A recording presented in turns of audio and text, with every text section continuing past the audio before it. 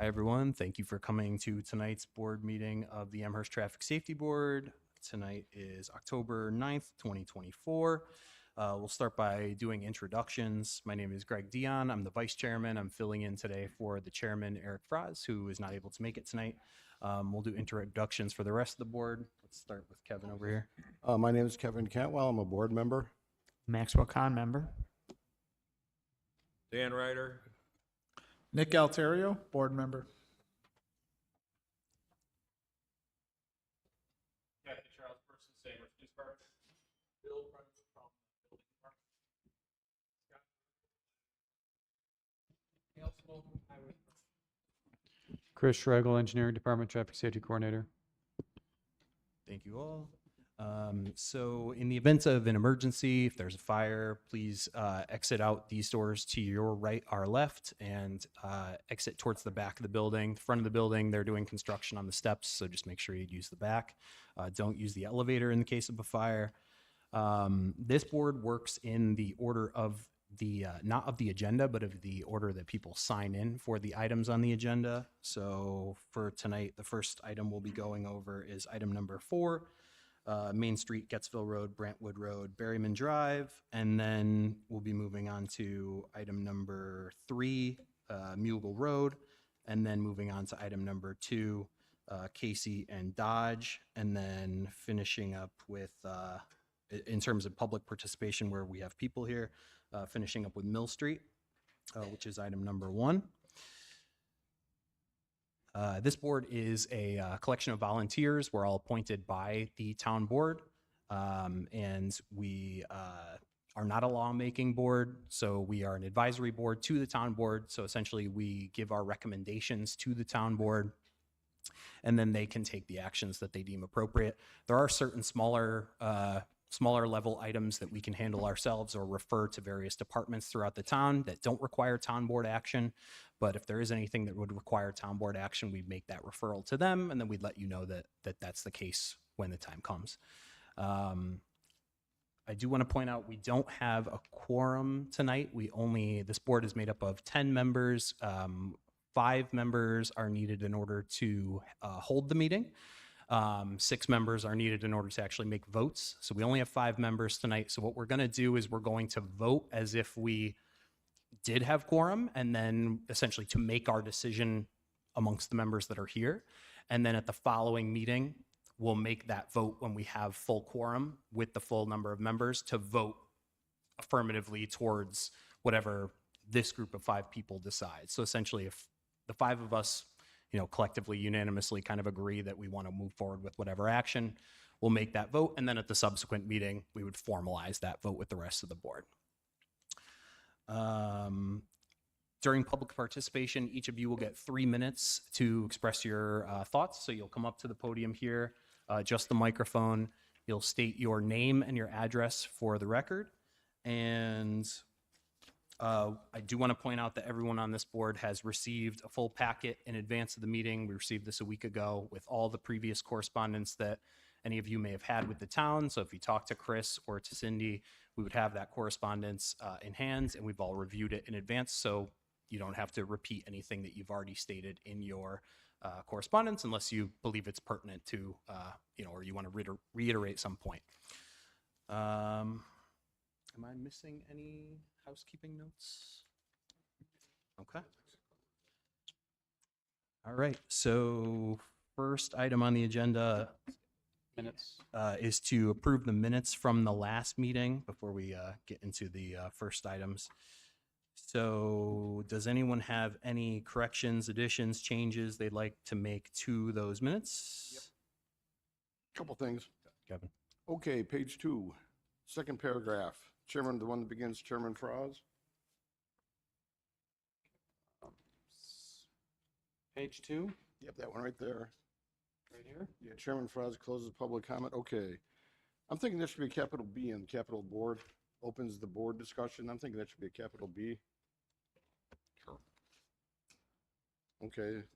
There's only 3 of them, guys, so just stand by.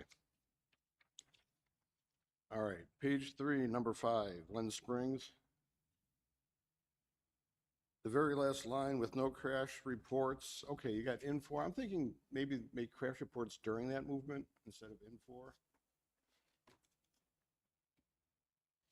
Does that make sense? Sure. All right, and then one more. I take this seriously. The very last thing, page 4, Chairman Fraz asks if there's any business, any old business, any new old business there. Okay, I'm thinking there should be a capital, lowercase b for business, and then a lowercase h for hearing right after that.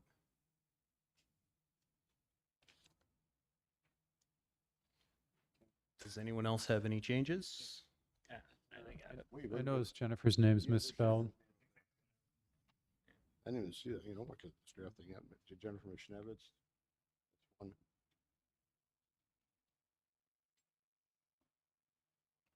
And then I do have one last one at the top, first paragraph, probably like 5 lines down. Motion by Chairman Fraz, second by Cynthia to approve instead of approved. And that's all I had. Changes. Yeah, one other one. Please excuse the vanity. Next to Jennifer's name, Nicholas should be N-I-C-H. Thanks very much. Oh, okay. All right. For the future, it's NICH? I mean, I go over these minutes, so I need to know that. Okay. Do we have a motion to approve? Sure. Motion by Max, I'll second it. second by Kevin. All in favor? Aye. Aye. And we'll formalize that vote at the next meeting. All right.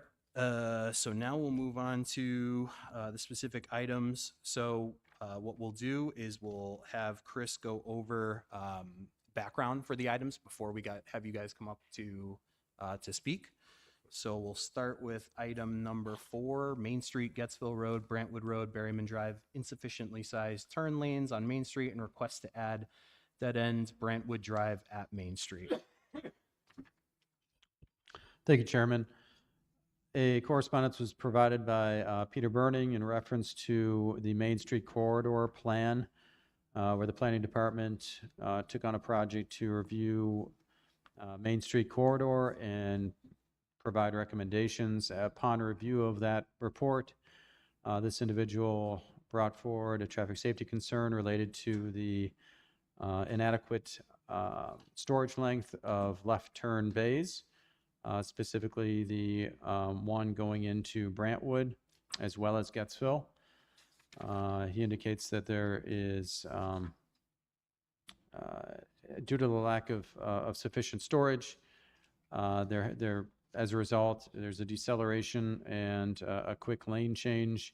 And he cites the Green Book and saying what the proper distances should be. Therefore, he is recommending that Brantwood be terminated, dead-ended at Main Street. We are not, this board can make other recommendations or stick with his proposed solution, but we welcome the discussion tonight. I don't have too much data to provide here. I did kind of work up a turnaround. If you ever did terminate that roadway, there would have to be an appropriate turnaround. You can't just dead end a road without having some sort of turnaround for, highway personnel and other vehicles and emergency vehicles to safely navigate and turn around at a dead end. So I just worked that up just so you would know the impacts. With that, I'll turn it over to the board for discussion. Thank you, Chris.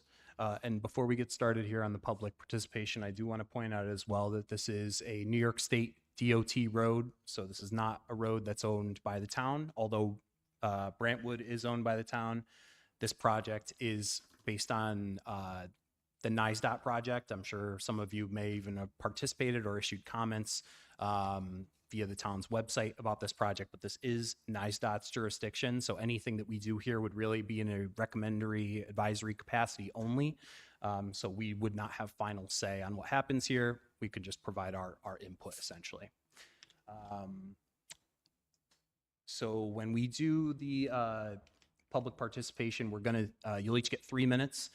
Dan here is going to ring the bell when you get to 2.5 minutes, and then he'll ring it again when you get to 3 minutes. So once you hear the second bell, your time's up. Just wrap up your thoughts, and then we'll move on to the next person. We just want to keep things moving along. So first person we have signed up to speak is actually the person who emailed about this in the first place, Peter Burning. So Peter, come up. Good evening. My name is Peter Burning. I live at 30 Brantwood Road, pretty close to this intersection. As stated, I think that the left turn from the westbound Main Street onto Brantwood is unnecessarily and uniquely dangerous because of how it's designed and its proximity to the unaligned Gettsville Berryman Main Street interchange, which is controlled by a traffic light. The geometry of that intersection causes there to be very short distances between that intersection and Brantwood. The channelized left turn lanes for Brantwood and the Gettsville left turns are dangerously compressed in relation to the posted speed limit on Main Street. At 40 miles an hour, drivers are normally provided with about 250 feet of turn lane space to move from the travel lane, slow down, stop, wait for their left turn, and then make their left turn. Currently, eastbound drivers headed to Gettsville Road only have about 70 feet. Westbound drivers headed south to Brantwood have about the length of your table here to go from 40 miles an hour, stop, and make that left turn. You can see it with a single left turn arrow there on the pavement. Making this turn is even more challenging is the fact that oncoming traffic from the west, where you see that white car, there's only 110 feet of that yellow taper to start to create that separation, to create that about 10 or 11 foot wide center left turn lane. So as you make that left turn or movement into the left turn lane, you're almost driving directly at the oncoming traffic coming in the other direction. Normally, the oncoming traffic would have about an extra 100 feet to the west there to start to make that opening for the left turn lane. All these compressed distances, when combined with the posted speed limit on Main Street, make this an unnecessarily dangerous situation. And it's all caused, and the only cause here is because there is a left turn onto Brantwood there. The simple and easy solution is just to remove that left turn lane or that option altogether onto Brantwood from Main Street. Brantwood Road doesn't provide any direct access to any of the schools or any other points of interest southbound. In fact, it ends about a half a mile to the south. There's easy access into that neighborhood from the Berryman Road controlled interchange with a light, as well as from LeBron about a quarter mile down the road. I understand that this is part of the Main Street Corridor Plan, but, and I'm a new resident to the area, so I didn't realize this was going on, so I entered this comment into the corridor plan process and hope you take it up for consideration to include it in that plan. Thank you. Let's see. Doesn't look like we have anyone else signed in for this particular item. Is there anybody else here who would like to speak on this item who did not sign up for it? Okay, hearing none. We'll close the public comment period and open it up for board discussion. Does anyone have any comments? Isn't this the same Brantwood that just a few months ago was a big thing of discussion around the middle school for the stop sign, and the residents there were saying it's like Cherokee Strip in the morning, and people are going all the way as a cut through from wherever they are south all the way to Main Street, going at speed. I'm wondering what all those people are going to do if a dead end is put there. They're all going to bubble out over onto Berryman, and they're going to overflow Berryman, which is closer to the school, which makes that even more dangerous for those people.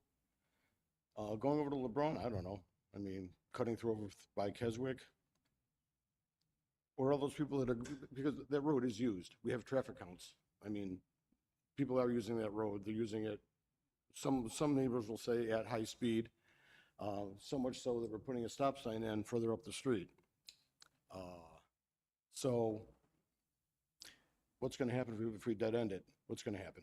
I'm in favor of doing something to make the situation better, but which we can discuss. But I think dead ending it probably is not the best plan for two easy reasons. First, I don't know their bus route off the top of my head, and I understand there's a high school right there, but I mean there's still middle school and elementary school kids in the area that probably, it's something that has to be considered. And with that, the second is I truly can't imagine the emergency vehicles would be a fan of them closing off the dead end on the side of the main road.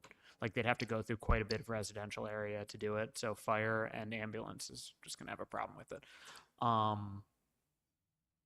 But I'm totally okay with changing things to make the situation better. Yeah, so Yeah.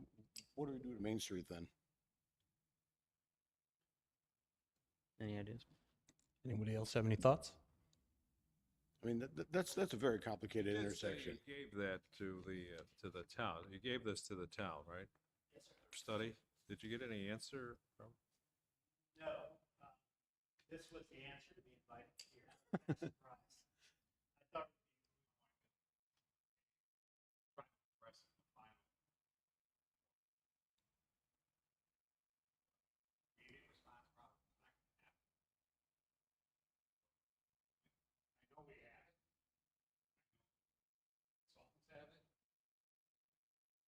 What comes of it?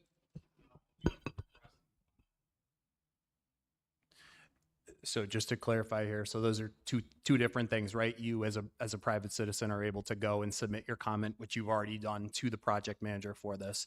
And then separately, us as a board, if we were hypothetically to make a recommendation, that would come from us essentially saying we agree with you. Just some thoughts that I have for the board on this. Personally, I'm not necessarily opposed to it. I don't think it's a terrible idea. I do acknowledge the the lack of storage lengths for those cars there. A couple of other things I was thinking about as I was considering this item was I looked at the crash history on the Go Bike Buffalo. They compile all the crashes that exist here. And I think the database I looked at was 2017 through 2021. And I did not see any crashes related to making the actual turning movement there. It was more, I saw 2 crashes and they were related to people switching lanes in that area. So I don't believe it was directly related to this. Another thing to point out about the potential solution that Chris had shown on the screen before with with this kind of turnaround scenario, that would involve the town essentially doing a takings and eminent domaining portions of the property of those 2 properties there. So that is something to consider. Greg, can we touch on that? Scott Marshall,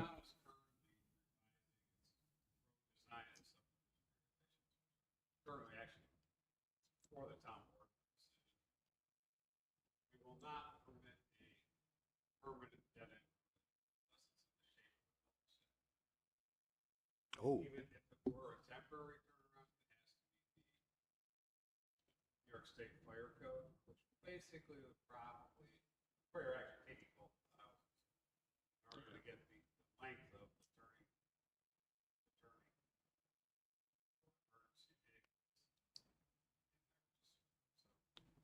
so what I have on the screen is the current standard, but it's being changed by the town any month now. So Okay, thank you for that clarification. I just want to echo Max's comments about the bus routes and the emergency. I really don't think the fire department or the police department would be in favor of this. Maybe they might not be opposed to it, but I don't think they'd be in favor of it necessarily. The traffic being diverted to LeBrun and to Berryman, I do think is something where if we did do that, we would have residents from Berryman and LeBrun probably coming before this board about the increased traffic on their street as a result of doing that. If we were to do it, pedestrian access, I think would be important, leaving it open to pedestrian access. Another thing we could consider is a right out only from that street. I think that that's something we should at least have a conversation about. Again, not convinced on any of my points, just things to bring up for conversation. So they would only be able to exit onto Main Street, taking a right. And the last thing I wanted to mention here was just while we're on this topic, I know that there is a sign currently when you're heading eastbound that says, "Don't block the side street," state law. I think at the very least, maybe asking NISDOT as part of this project to add in like a painted box with an X through it saying like, "Hey, don't block the box," to provide like essentially a physical representation of like, "Don't block this side street," I think would be worthwhile there to essentially make it so that fewer cars would have to sit in that turn lane in order to make the left. Because fewer people, I'm sure people would still block the side road and, they would essentially ignore the paint in some circumstances, but I think it would help. Those are my thoughts. Does anyone else have any other comments, thoughts on this? I remember the state replaced the culvert, and I think after that is when they did this turning lane business. You got any recollection of that, Chris? No. What I'm really trying to get at, what was it like before they put all these turn lanes in? I certainly don't remember. And I assume this was done as an improvement project, right? It's kind of a four-lane free-for-all. Is that what it was, a free? Yeah, it's like Kensington Avenue. It was kind of a four-lane free-for-all. Let's see if, Easy enough to. Nothing. This actually works better. I tried this on. Well, that's what I wonder. The state usually doesn't do things without making it better. Oh, no, they just made the one lane go over 3 lanes of traffic. It's on the screen, Dan. okay. It's on the screen, Dan. Yeah. So it was strictly a left turn bay going eastbound, and there was just a open striped area to allow for lefts. I don't recall, but I don't think time with any signage saying no left turn. Which would actually should resolve the problem.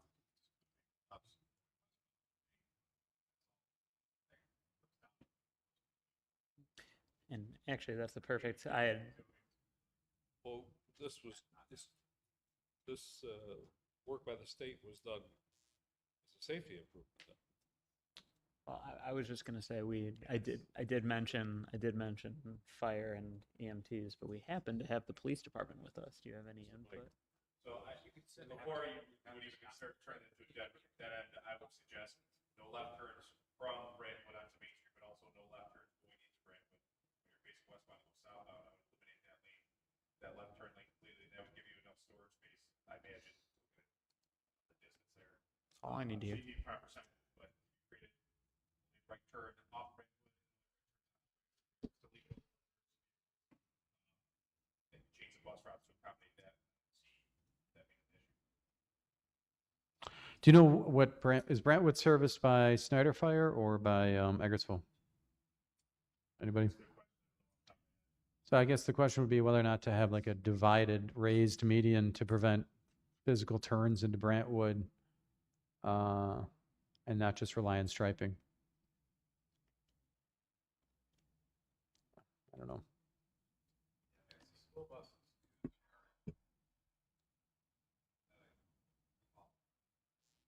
School buses, I would think the school buses would use Berryman to serve either yeah. All right, so which way is the board leaning here? Anybody want to? So I'm hearing right turn only, both onto and out of Brentwood. Yeah, Ultimately, be up to the state. sure, of Yeah. course, yeah. And that's another option. You could refer this to the DOT. It's their jurisdiction. Yeah, I mean, I wouldn't necessarily be, bless you, wouldn't be opposed to that, just kind of bringing the issue to their attention, bless you, telling them about the potential options we've come up with, right? No left turns onto Brantwood, possible right out only. Right in, right out. Yeah, and just see what their response is. Would anyone be opposed to taking that course of action? No, I think that makes a lot of sense, especially given all the changes that are being proposed by them. So rather than stick to a specific requirement right now, if the whole streetscape is going to change because of the road diet being planned, I don't think it makes sense that we stick to a particular option. And I also think that, for various reasons, the dead ending is just not feasible. So I Okay. think we should make a couple suggestions to the DOT, including just eliminating the left turn lane going in, as well as making it right in, right out only. Okay, so left in, right out, or Right out only. right out. Is there anyone opposed to those three options? Tossing them out there to the state, say, hey, state, deal with it. This is what we suggest. Okay, you making that motion, Make it Kevin? emphatic, like, state, you probably ought to do something here. Sure. And then this is what we suggest.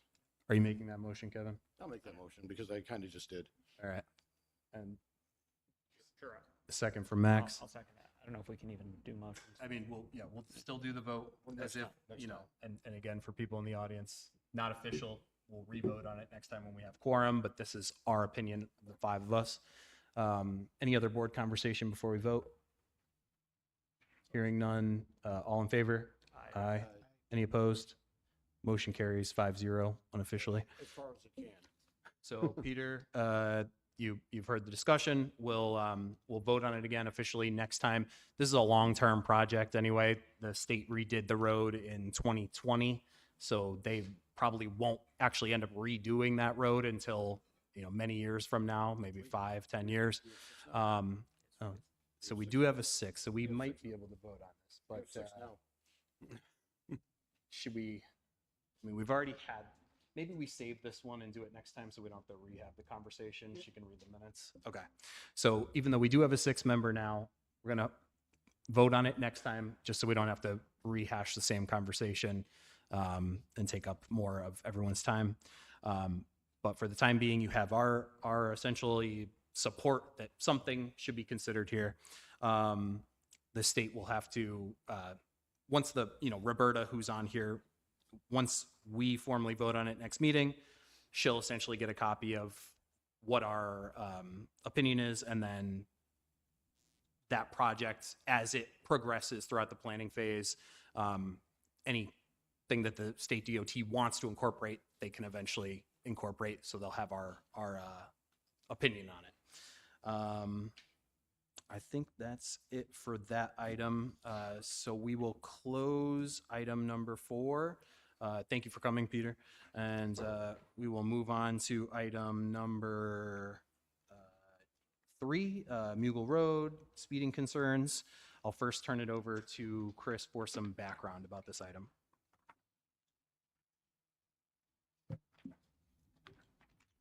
Thank you, Chairman. Resident Rocco brought this to the town's attention that as a 20-year resident, he has been witness to excessive speeding along Mughal Road. Mughal Road is a collector roadway. It is a local roadway. It connects Transit Road to Paradise. It's just north of the Transit Valley Country Club golf course.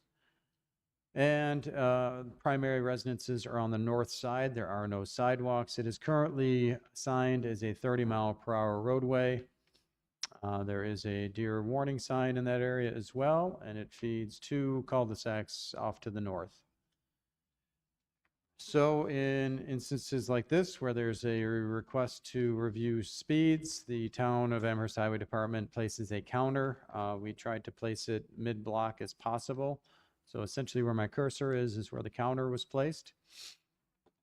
Therefore, it's not influenced by the turning vehicles off the cul-de-sacs as much as possible. And the findings have been shared with the residents. And you all have them in your package as well. In the eastbound direction, the 85th percentile speed is 44 miles per hour. This is on the high side of counts that we've done historically for 30-mile-per-hour roadways, confirming the concern that the resident has spoke to in the correspondence. Furthermore, in the westbound direction, it's slightly less at 42 miles per hour. The total volume on this roadway is 1,526 vehicles per day. There's nothing abnormal about the graph. It peaks during the 4 o'clock hour as well as the 7 a.m. hour. In terms of those vehicles that are traveling over 40 miles per hour, it does spike in the AM and PM peaks at 7 a.m. as well as about 4 to 5 p.m. And in terms of how many people are speeding, well, I can just say that 515 drivers are traveling over 40 miles per hour. That represents 33% of all vehicles traveling on that roadway are traveling over 40. In terms of crash data, there isn't any, so that's the good news. At least in our reporting that we have available, there are no reported crashes in the past 3 years. 3 years is the typical time frame that we review. That is the industry standard in reviewing accidents when looking at traffic. So no accidents as recorded. You may recall that this was brought up about a year ago about pedestrian safety along Mughal.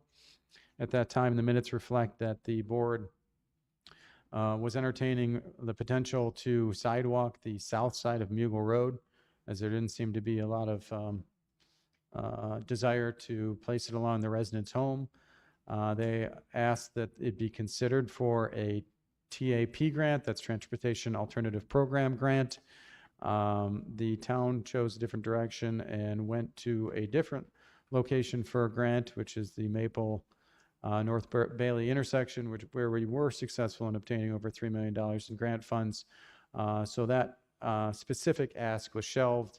It's certainly on the books should another opportunity come. We would consider, potentially doing a sidewalk grant request for that area. With that, I'll turn it over to the board. Thank you, Chris. So first person we have signed in for this item is Rocco, the person who sent the email. So you can come up to the podium and just make sure you state your name and address for the record, please.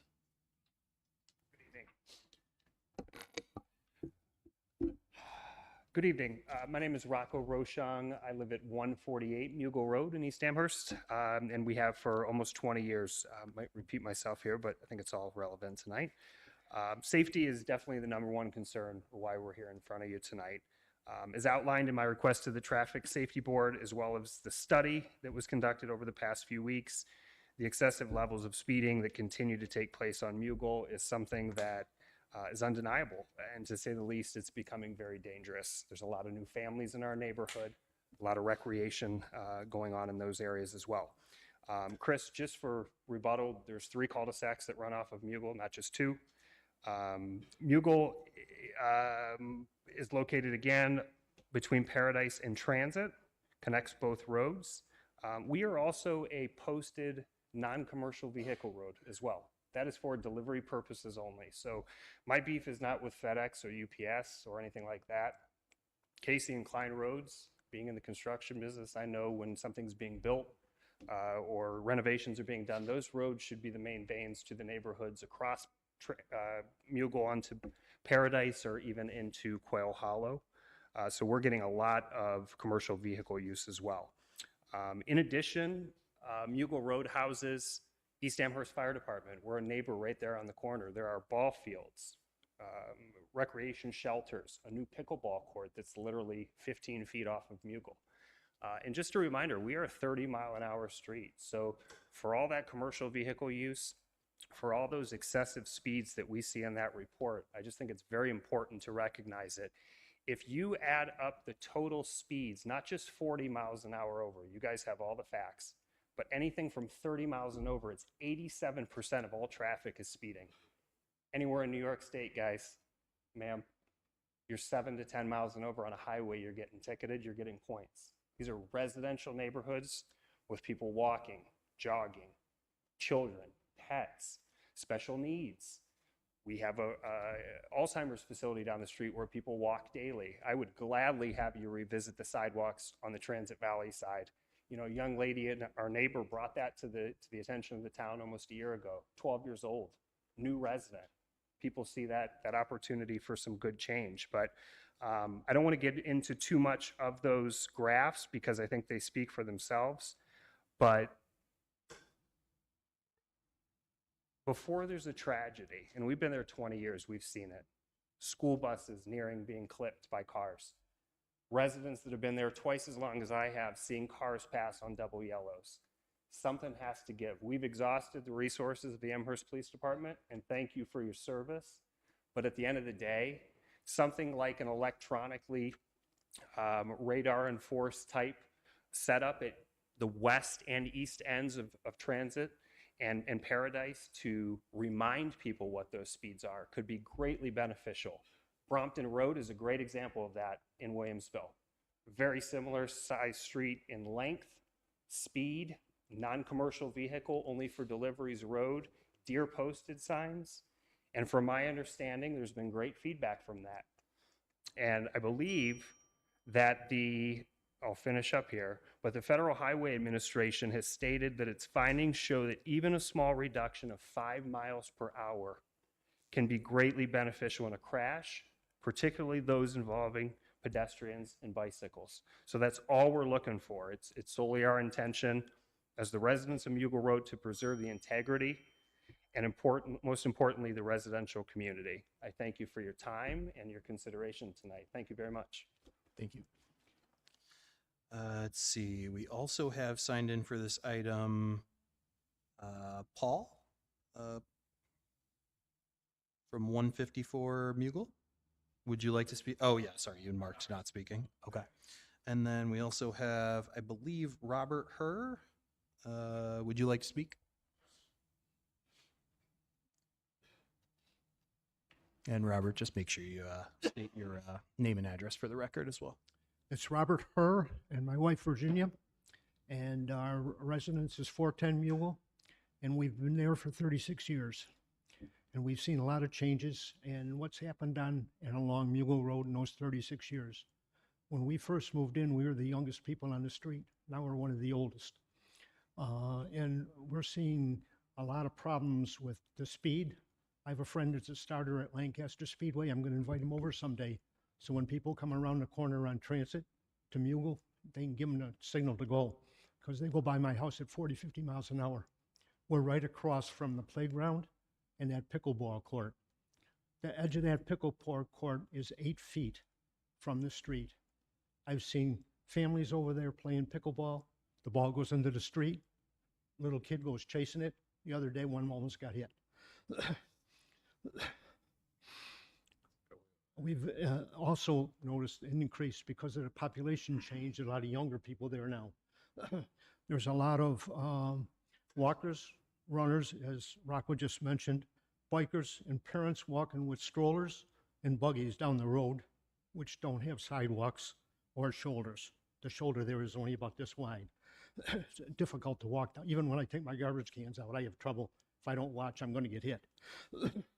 Also, we have a small herd of deer living on the north side of Mughal, which isn't abnormal to the town, except frequently I observe them going over to Transit Valley Country Club, I think every night for dinner. And based on all of the above, our concern is the speed of vehicles coming down Mughal from Transit. Many of the cars are exceeding 30 miles an hour, as your statistics just shown. And at the time they pass our house, it's not always young kids. There's many adults and some seniors going at that speed too. A week or so, I was traveling down Mughal at around 30 miles an hour. I was passed by a SUV going at least 50. And he crossed the double white or the double lines to go past me. I'm very much in support of what John said, and we need to do something to slow down traffic. And John kind of mentioned what was going on Brompton Road. Seems to me they have a sign there about the speed being controlled by radar. Maybe we need something like that with some enforcement on there now and then. Maybe not every day, but I think if there's some enforcement and some people get ticketed, maybe word travels and people will stop traveling like that. So I thank you for being here. thank me for coming up. And Robert, before you take off, can you confirm that there are passing zones, like the dashed yellow line on various They are portions? solid ones. Okay, thank you. Solid ones are by the entrances to the, it's the first subdivision there. There's double lines there, and there's another ones down by Rice Landing. So there's a couple of them there, but then there's some split ones. When he passed me, it was double yellows. Okay, thank you for confirming. Thank you. All right. We also have. Is it J her or V her? Oh, you're signed in as not speaking. Okay. Is there anybody else here who did not sign in for this item who would like to speak? Hearing none, we'll close the public comment period for this and open it up to board discussion. I do want to start off just by saying that this board, as Chris mentioned a year ago, or give or take a year ago, I forget exactly when the item did come before us last, but we did recommend as a board at that time installing the sidewalk on the southern side of the street. I believe this board is still in favor of that, and we can reiterate essentially our desire that be built there. We do believe that would be helpful to have a spot for people to walk. Just some of my other personal thoughts on this. Personally, and this probably comes as no surprise to the other members of the board, I personally think a low-hanging fruit here would be to remove the passing zones on this street. I think that would be a good way to kind of subconsciously communicate to drivers that this is not necessarily a country road. I feel like it gives it that sort of country road feel where people feel more entitled to go fast. So I believe that is at least something we could take, an action we could take in the interim would be to remove the passing zones all along this road. In terms of the speeds, I definitely agree with the residents, and I agree with the data that we have before us that these speeds are excessive. I mean, essentially you have 12 to 14 miles per hour over the posted speed limit, which is much faster than we normally see. Typically, to give you guys a sense of what we see normally on a average street, typically a residential street, you'd see more of speeds in the 4 to 5 miles per hour over the posted speed limit range, just to give you a sense of what we typically see. So this is much higher than that. In terms of the speed limit itself, I will say 30 miles per hour as a posted speed is exceptionally low, especially since the design of this road essentially is designed for people to go faster. It's not designed as a road where people should be going 30. So typically people are going to drive the speed that they feel comfortable going.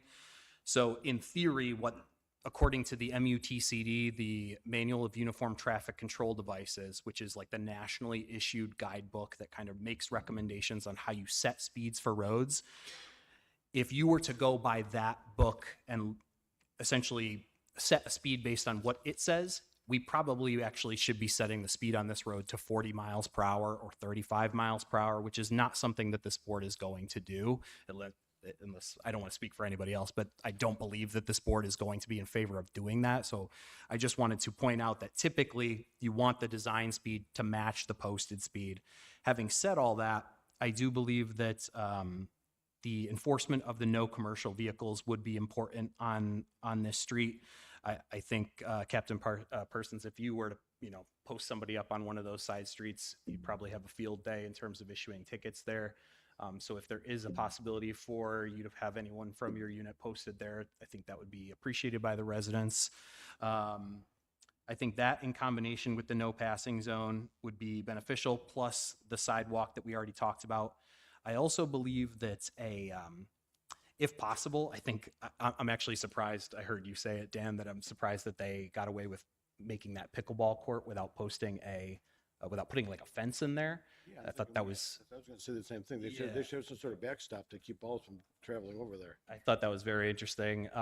Not, I don't know if we have jurisdiction to do that, but I do think if that's like the Parks Department, maybe they could consider adding in. Scott, do they have to go through site plan for that? To the best of my knowledge, they have no site plan.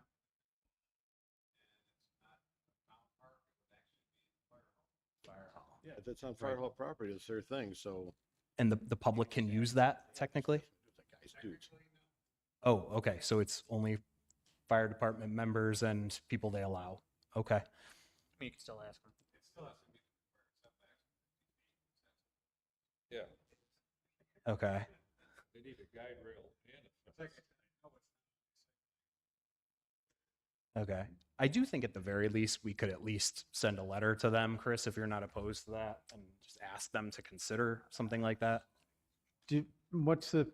Scott, what's the procedure on something like that? Yeah, so.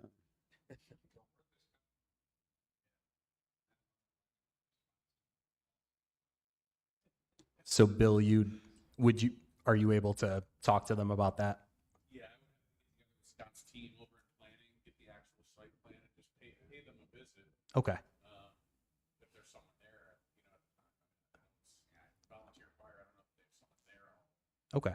Usually in those type of situations, we go out and visit, and then possibly follow up with a letter to them, which usually draws a response back to my office, and then I'll usually, give Scott a call or Danny Latowski a call, and we'll review it. But it's something we can definitely look at. I mean, it doesn't even look like a regulation size unless it's just the angle of the way that photograph. It kind of looks very makeshift, to be honest with you. I have how long has that pickleball court been there?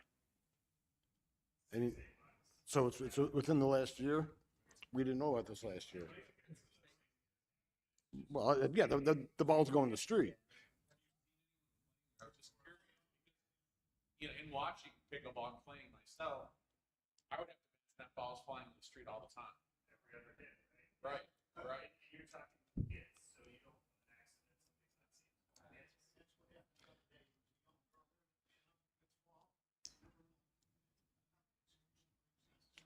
Wow. Okay. Yeah. All right.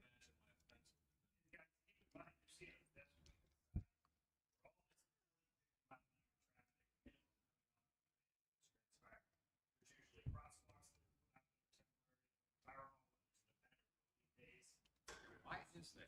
There's a lot of activity on the street, so that's where we go back to those. And another point. I just want to tell you what that sign is. That sign is not a crossing sign, crossing assembly sign. That is think of it as a deer warning sign. I know that's kind of weird, but it says unexpected entries into the roadway by humans or by people. That's what that sign is. It's not indicating a crossing.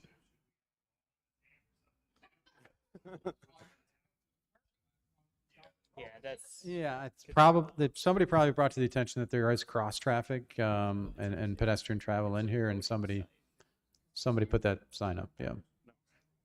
And another Yeah, question. because there's parking on the other side, and they cross here, but there is no crosswalk to my knowledge.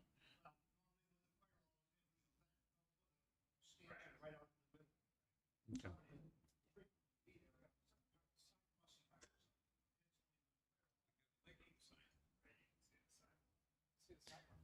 Okay. And then I think we'll leave that to Bill to look into for the time being related to the fence there. So we'll leave that to you, Bill, and we'll look forward to hearing back from you on that. Getting back to the actual speeding concerns, though, I think there's two things we need to address. One is how accommodating the road is of speeding, and two is enforcement of the speeding. So, just a moment, sir. So the one thing, I'd like to get the radar enforcement here. I don't see why we cannot have it. I agree. I would like to motion to have that at the very least. And then also for what we could, it's a long straight road, as Greg noted. It's accommodating of people wanting to travel much higher speeds than they ought to. What are our options to make that feel less like a speedway? Can we refer to as well to have more trees planted on the sparse side to give it a denser feeling that we know to have a dampening effect on speeds that people drive? Yeah, I mean, I'm in agreement on all those. I mean, it seems so far. Dan, do you have thoughts? I'd like a clarification about what what do you mean by commercial vehicles? What kind of trucks? You said you were not counting FedEx trucks, right? Tractor's delivery of vehicles and racks and flatbed delivery trucks, which is just on. We're not talking emergency vehicles or daily deliveries.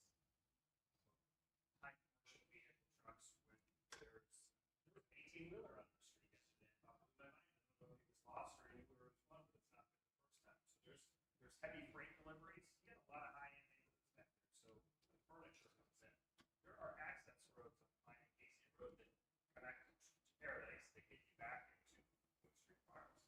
So there's plenty of access. We're just a cut. That's what it's come down to. And like Bob was saying, when you turn into your driveway, forget the brake and the double yellows. That's not even what's happening. That may be a small fraction, but that'll continue to be happening. Okay, I don't think you can do much about delivery trucks if they're delivering in the neighborhood, but the concrete truck, the concrete truck, okay, well, I don't think you can stop the FedEx and the furniture delivery of that.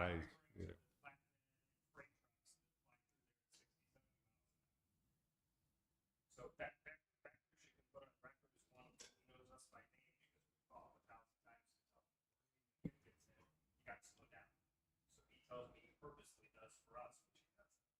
And then you've got 18-wheel flatbed trucks delivering construction items. I work for Regency Builders. We're not allowed to do anything on those type of roads unless it's accessible. So I'm giving you a little bit of feedback in a private residential area where it's posted. Those are for delivery purposes only. The sign shouldn't be there. Law should be changed if it's allowed It is posted? on both ends. It is, I saw it. Has been for 20, 35 Oh, it's an enforcement issue then. Listen, the resources there for police. How often can these guys be there? They can make a mix. I'll run it by my commercial, excuse me, my commercial enforcement officer, and see what can be done. As far as local deliveries go, I know there are, I'm not familiar with all the rules, but, there are, laws and rules that say as long as they're within 1 mile of leaving the state route, that still would count as a local delivery. So I'm not even sure with the signs, if that would be enforceable. If they're within a mile from Transit Road, there's nothing that says that they have to go down another street to get to one of those cul-de-sacs off Paradise. I'll have to double check with him, but I don't know if those signs would actually make it enforceable. But for the infrastructure, for that road, for its capability, it's allowing those heavy loads of delivery. I guess- That needs to be, we waited 20 years to get a new road 5 years ago. So that type of traffic, that heavy weight capacity is a question that really needs to be answered. Because I don't know that road, being an old country road, can sustain that type of weight capacity with those heavy vehicles. Some of the trucks are They're not right. Is that a question for Highway Department to gauge the, We had the results of the signals on Brampton Road and, what was it, Park Club. Park Club Lane, a month or two ago. And I think both streets received a reduction of about 5%, which in your case would be about 3 miles an hour, which is what we got on Brompton and that. So that's not the answer to a maiden's prayer.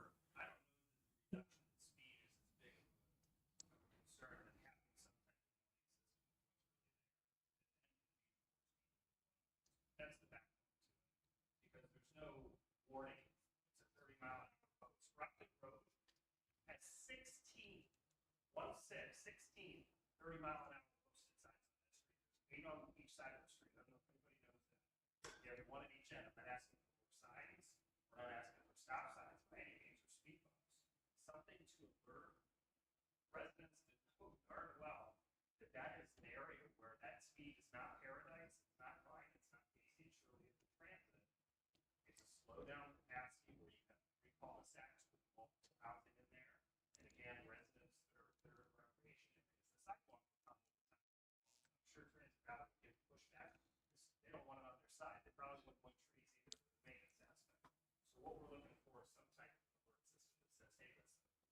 Well, always been here, meeting the speed and the designation for non-commercial vehicles. Take another route. All right, Rocco, thank you. We've heard your no, feedback. And I think that's to, going to get you down to about 40 miles an hour. well, I think that to, you know, just You'd be happy with 40. dial it back. I agree. I think we're all in agreement with pretty much all the stuff, and you know, I think both Nick and I are glad to make at the bare minimum a motion to put up the radar controlled lights, and then what else do we want to add to that? Call them, because Nick called them radar enforced.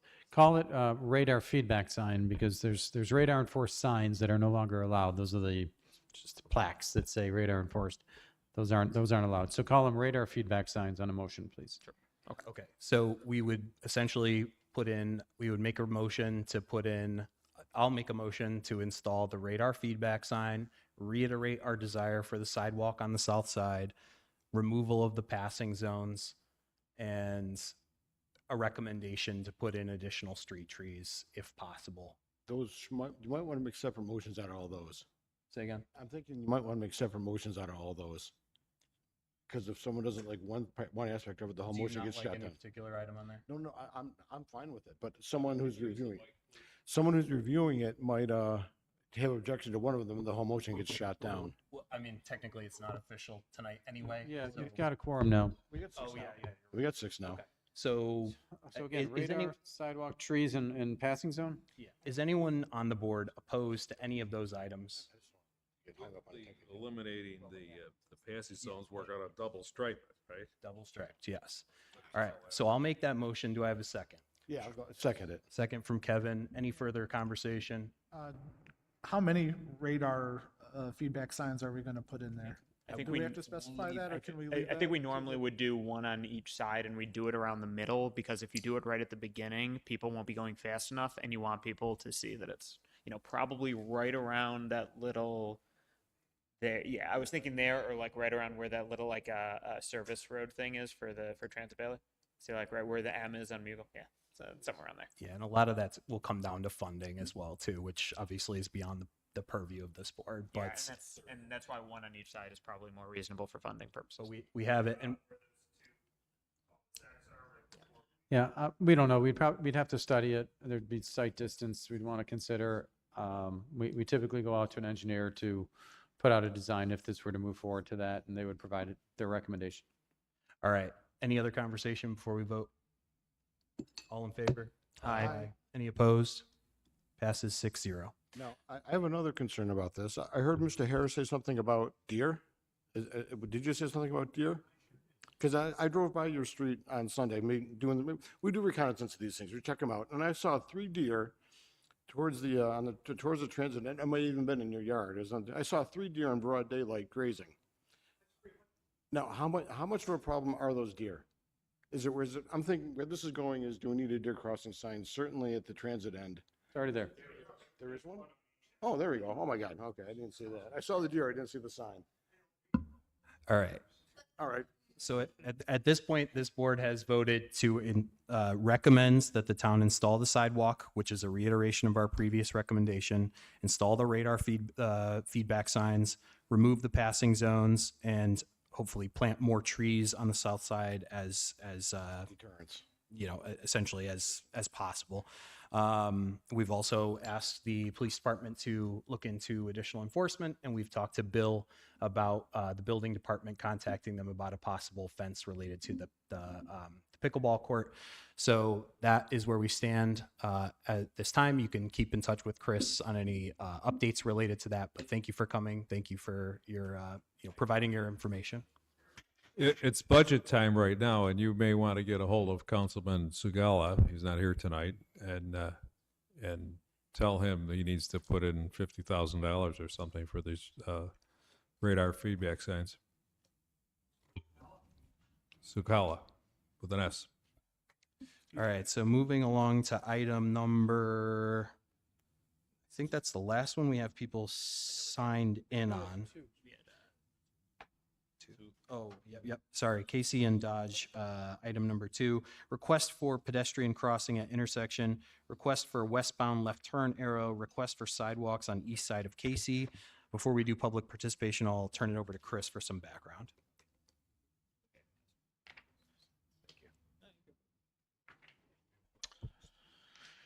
Okay, thank you, Chairman. So the request actually came from 2 different people. They just happened to be in the same general area, so we mashed them together into the same item where we called it Casey and Dodge intersection.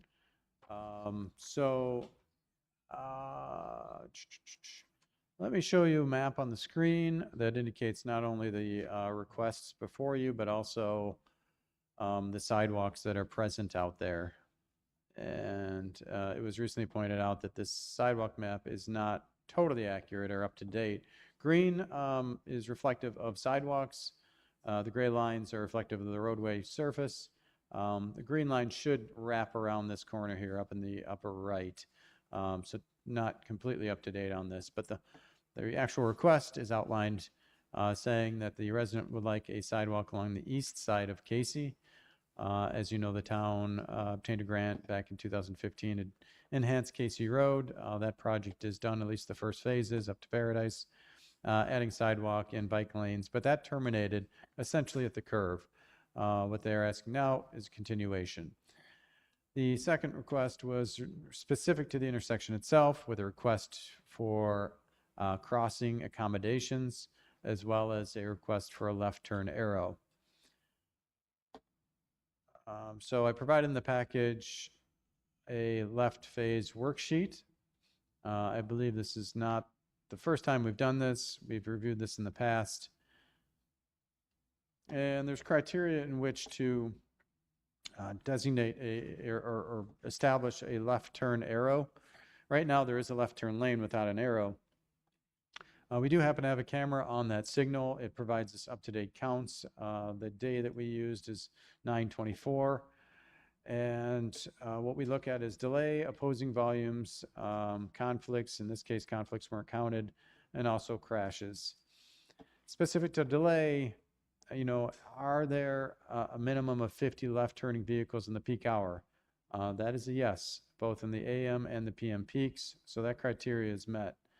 What it doesn't meet is the opposing volume criteria, where they take a look, and essentially it's a mathematical. You take the amount of lefts and multiply it by the opposite through vehicles, and that product needs to be greater than 50,000 for a 2-lane highway. In this instance, it is no in both scenarios, well shy of the 50,000, which essentially means that there are gaps that allow left-turning vehicles to make those turns. Obviously, there's going to be hours where that's easier than other hours, potentially during the school drop-off, school pickup. It's most likely more difficult. But we are using, just to note, we are using the peak times when doing this study. So even at the peak times during a school day, it is not meeting that criteria. Like I mentioned, conflicts weren't counted. And then you need to have over a 3-year period, a total of 5 correctable crashes, 5 or more in a 12-month period. And the answer is no. We only had 1 related to a left-turning movement crash specific to that intersection. So doesn't meet the criteria. Specific to side crossing, where is that map? Note that there are no sidewalks on the north side as well as the southeast corner. Typically, crossing systems are installed where there are pedestrian facilities or sidewalks that connect to them. It's not always the case, but that is generally the rule of thumb. With that, I'll pass it over to you guys. Thank you, Chris. So first person we have signed in to speak on this is Colleen Ryan. And Colleen, just be sure to state your name and address for the record. Thank you. Good evening, Colleen Ryan, 208 Shellridge in East Amherst. Given the data that you just showed, I don't know if my comments hold any weight at all. I have been a resident in the Stable Ridge neighborhood for 13 years now. And I have had children that have attended Dodge up the road, and now all my children are either at Casey or North. It is, we are right up in this neighborhood. You can see right up there. Yep. So within clear walking distance of the schools. This is the only intersection that feeds to these schools that does not have a crosswalk or any sort of safety measure in place. Our neighborhood is in the process of turning over, if you want to look at it that way. A lot of younger families coming in, a lot of the older, more established families from when the neighborhood was actually built are moving out. And so we're experiencing turnover. On nice days, the kids, like to walk home. There's really no safe way for them to get across this intersection without at risk during the school hours. Given the data that you just showed with the amount of traffic that's going through that intersection during those school hours, specifically the afternoon. There is that left turning lane, which you can see there. If you are at this intersection wanting to turn left onto Casey, it's a one car through the light cycle each time if you're lucky, given the traffic that's coming the other way. I know the data numbers don't, meet the criteria or whatever, but as someone who uses this intersection on a daily basis, it's very frustrating. We're also, there is a newer neighborhood that's also going up on Dodge here, up on the right. That Glen Meadow Drive, that neighborhood is in the process of being developed right now. Houses are being built in there. I don't know how many houses are going to be in there, but that's going to add to the traffic as well of the amount of students that will be attending these schools during the day. So at the very least, not asking for sidewalks or anything like that, just a safe crossing mechanism for the children that live in my neighborhood or any additional neighborhoods that may utilize this intersection for crossing. I know there's a couple items on here that would be my minimum ask of you. So thank you for your consideration. Appreciate it. Thank you. I have a question for you. Where are the pedestrians walking to get to the school? Are they on the north side and they're just in the grass? Yep. So they're walking there. So there's a drainage gully there, or whatever you want to call it. Gutter. Yeah, that's about this wide. So you can walk in that, which I mean, isn't the best. But if my kids have walked home, and they'll just walk on the grass that belongs to the residents that live there. So there is a sidewalk, as was noted in the sidewalk map that you pulled up. It does come around the corner to about where you see that dark truck down there. That's about where the sidewalk ends. And I don't know if that was put in by the town, or I remember seeing a gentleman that owned this house on the corner put in some sidewalks as well on his own. So yeah, that's where it stops. And so the rest of this distance is, you have to walk at the street. Thank you. Thank you. I don't see anyone else signed in for this. Is there anybody else here who wants to speak on this item? Hearing none, we'll close the public comment period for this and open it up to board conversation. Max, you want to start? Sure. I went to Casey and I walked all the time. There's no good reason not to have pedestrian access. I say we try to. So I would assume one of the big things they're going to say is normally when we add a crosswalk, it needs to go to somewhere, right? So that's the thing. So I'm all for putting in sidewalks and putting in a crosswalk. We've been trying to make an effort for years to try to make the town more walkable. There's no good reason not to do it. I understand that it doesn't meet the driving criteria, but with the proximity to the school, I mean, there's the number of people that walk to Casey and North from there are substantial. Usually there's exception to the criteria where you're close to a school. Yeah. So I'm all even if for- we don't meet all of the criteria, is it still something we can consider anyways? So that's So fine. just so we're clear, the criteria was for a left turn phase arrow. No one's saying the criteria is not met to add sidewalks. I would recommend, why don't we get a pedestrian count there to see just how many people are walking there, and then use that same count to maybe think about a crossing guard. Well, the crossing guard would require crosswalk. And, and on top of that, I don't know if that might be a little bit far well, maybe not. I don't know. Hey, If it's not I've access where they're going. I have no problem with it, but I have no problem with getting a pedestrian access, a head count. But for me, it's just kind of like one way or another, I'm in favor of it. So at least on my end, I'm okay with it. but- We'd have some numbers to back it up. Fair. Okay, so let's have these conversations one at a time. So let's talk about just the pedestrian connectivity to start on in this area, and then we'll move on to the left turn lane, and then we'll move on to the request for the sidewalks on the other side. So first, connectivity here and a crossing here. I agree with Max.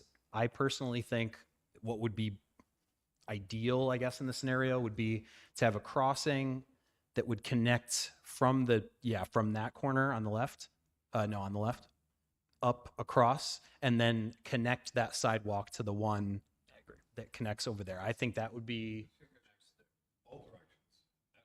Yeah, I agree. You're saying on both sides?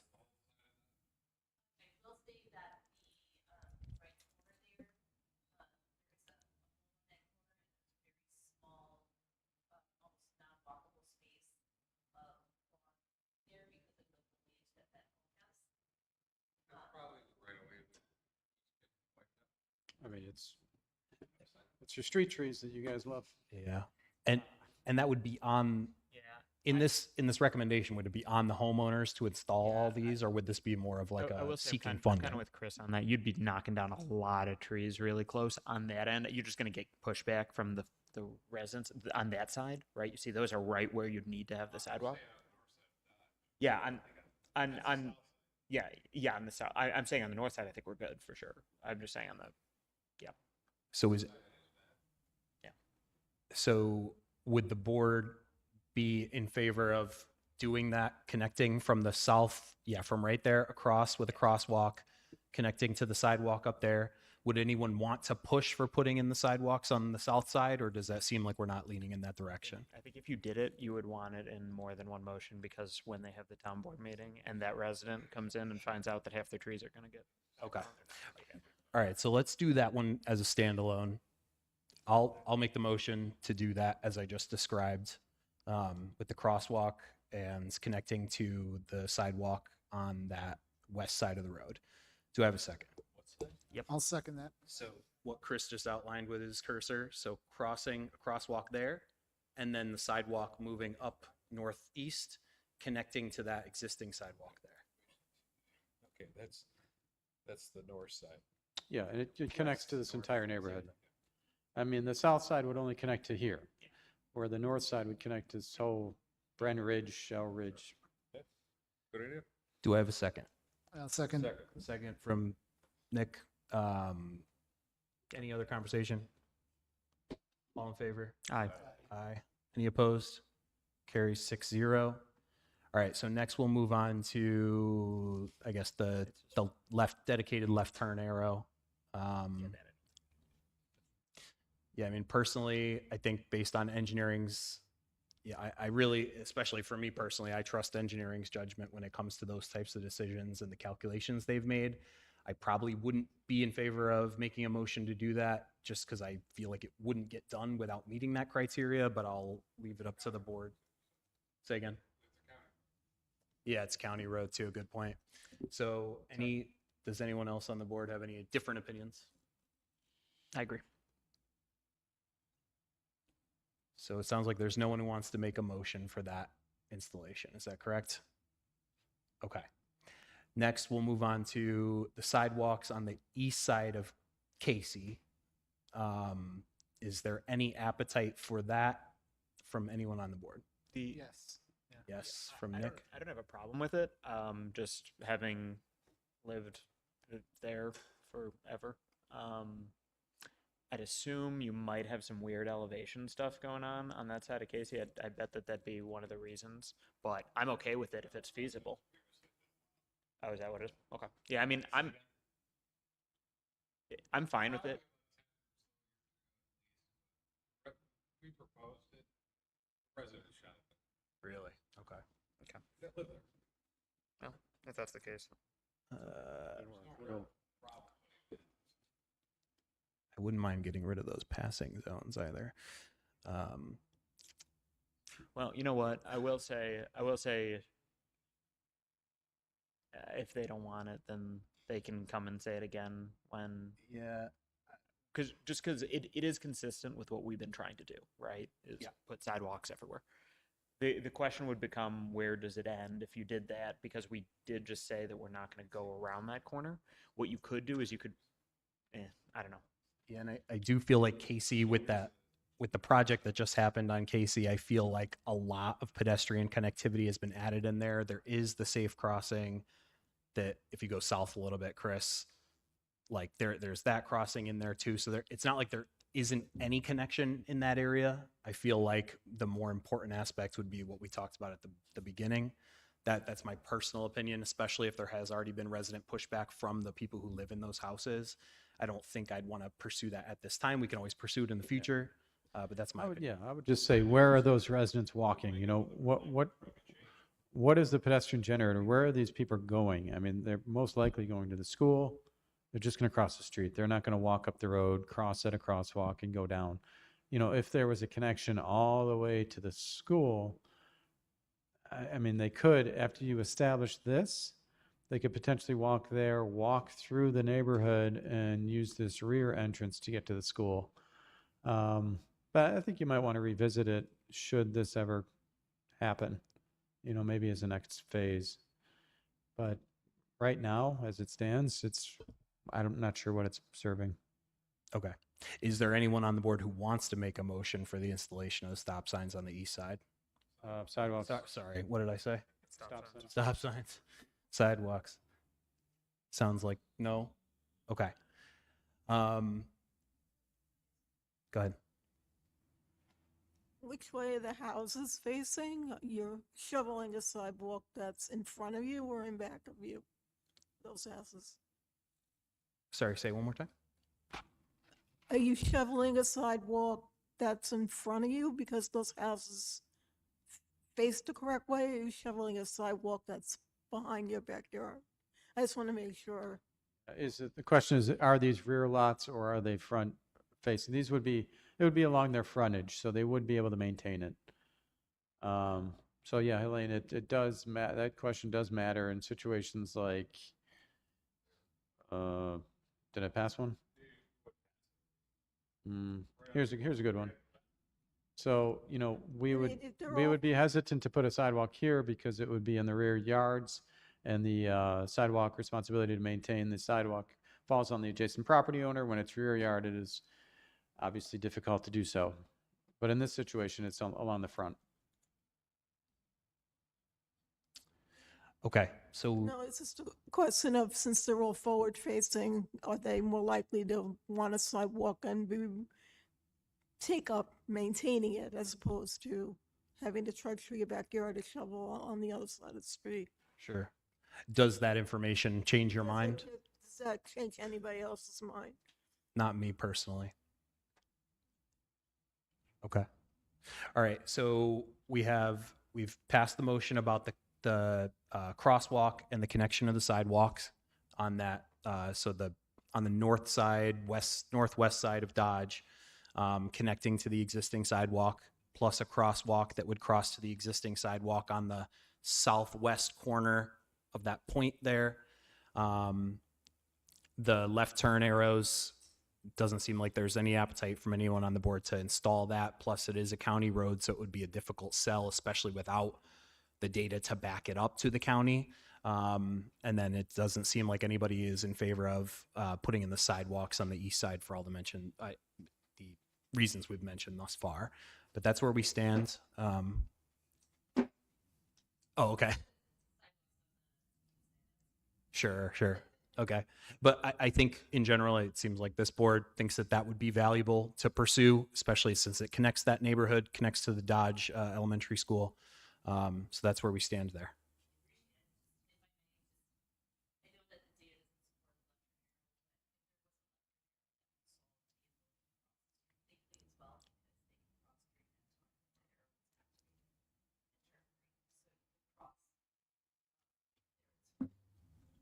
Well, for what it's worth, I mean, it would be, I'd assume with, and now with a viable crossing, they'd have the button to push too. So I think that would help anyway, right? So now that we're gonna have a crosswalk, yeah, yeah. So there'll be, you know, like the button, so that'll help.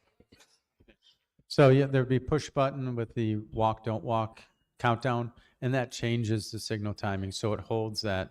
I see your point that it would add, there'd be a, what's called an overlap, where you're able to let the pedestrians go while there's a left turn phase. But yeah. So the time would be allotted for the pedestrians. One other question. Is there any sidewalk access planned for this new housing development? Scott, that would be on you. Would there sidewalks planned for this Glen Meadows? So Nick, it goes to the Dodge, but then it stops. So should we consider adding, connect, like a crossing from there to the new sidewalk we're adding?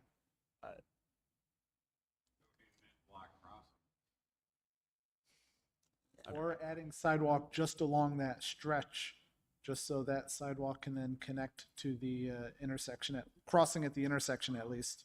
So you're saying to Dodge and Casey? Yes. I mean, it comes up with that issue that we had before of the trees and the. Try to attempt this as a sidewalk installation grant. That would be up to Chris, but now we could do both with that. Yeah. Nick, you'd want to phase that in. So first you'd build the sidewalk and then you'd see how many people are crossing. Item 5 is probably a good example of what one has to go through. And no, I'm sorry, not item 5. Item 1 is a good example on what you need in order to establish a mid-block crossing of that nature. So you'd have to build it, see if people are actually crossing now, and then evaluate it at that time. Okay, so let's close this item. We've made all our motions on this. Colleen, thank you for bringing it to our attention. We appreciate it. Excuse me, I'm not done. I would like to press for a pedestrian count to see where we are with the kids coming and going during the day.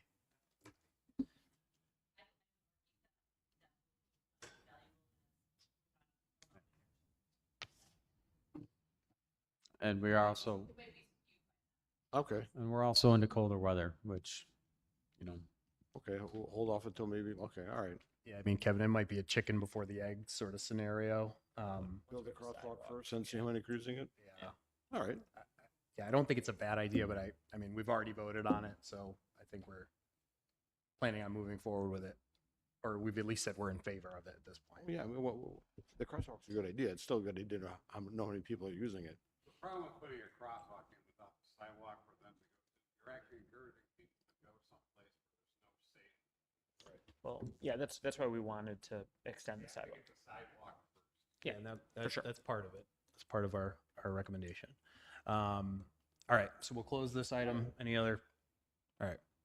Thank you for coming. We'll move on to item number, the next one, that's all that we have, yes, item number 1, Mill Street. So we do have somebody signed in to speak for that one, but before we do, let's turn it over to Chris for some background.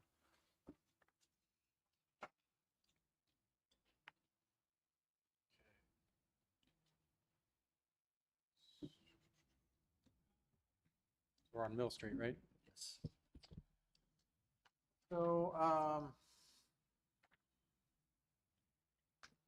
Jason reached out to the town in reference to a crossing, which I kind of alluded to last item. Let me just gather there we go.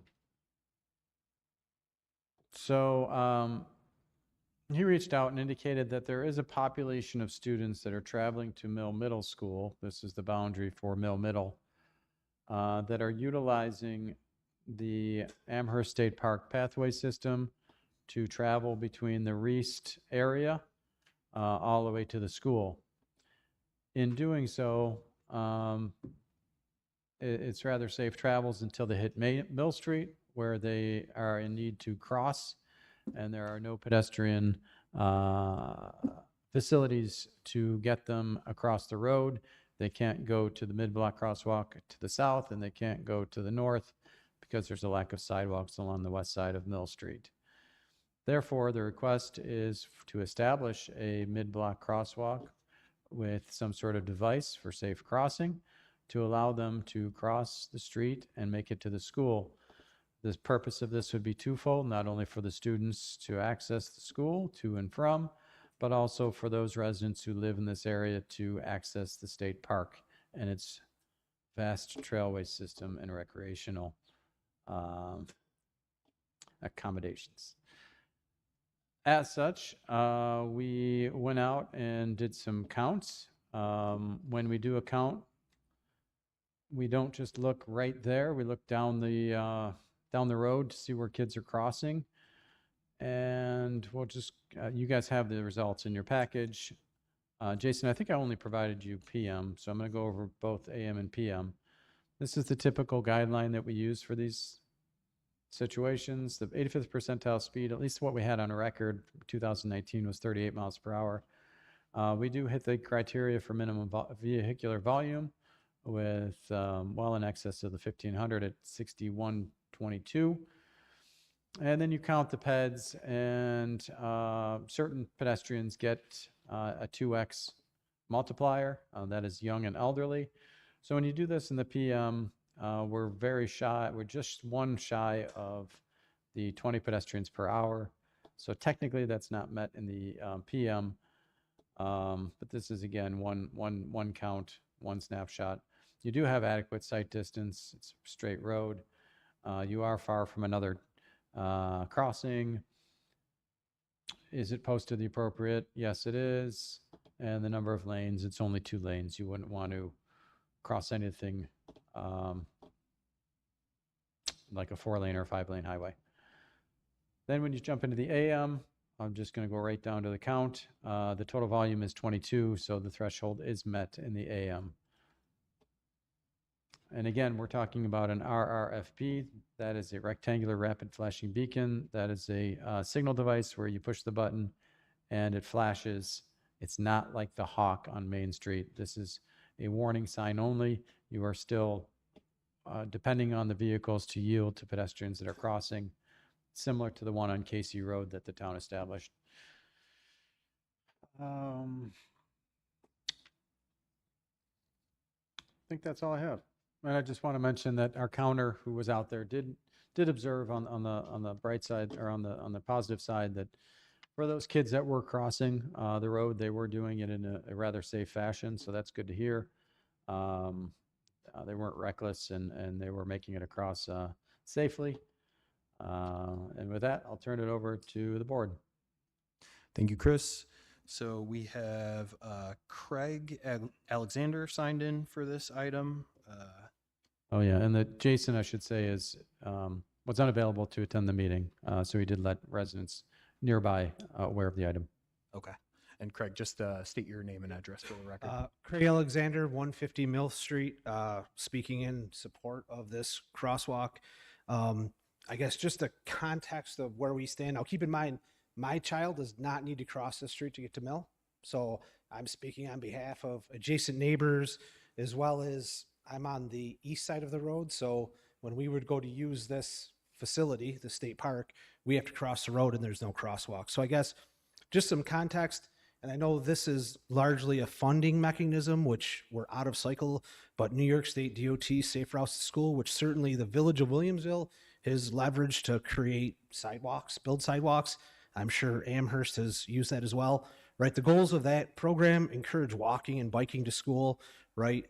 Promote physical activity, which is essential for academic achievement, physical, social, emotional benefits for this independence of students walking to school, right? We all walk to school uphill both ways, and we want to make sure our children have that same ability, right? Develop maturity and independence. Myself, I have a 5th grader who's starting to walk themselves to ride their bikes to Mill Street. Seeing that independence in him, because he doesn't have to cross this road, has been incredible. Williamsville Central School District has deemed Mill Street a road that students cannot cross. So when my student was going to Forest Elementary, the bus goes up our road, turns around, comes back down our road. If we missed our bus, say we were late, and we would try to walk across the road as parents and legal guardian, the bus drivers would yell at us, say, you can't cross the road with your student. So the school district itself is recognizing Mill Street as an unsafe road, right? As a parent and a legal guardian, I can't cross my child across this road, right, to get to the other side. So again, this is all just kind of contextual stuff. Amherst State Park has recently received improvements with a stone chip path and a pedestrian bridge. In my opinion, this could be argued that this is an attractive nuisance, right? This used to be a nature path with a very makeshift bridge where you kind of had to go this your own. The town has created this pathway through here, and it's kind of a pathway to nowhere. Again, Jason has framed this of what areas of the neighborhood are kind of not served by this or can't cross this safely.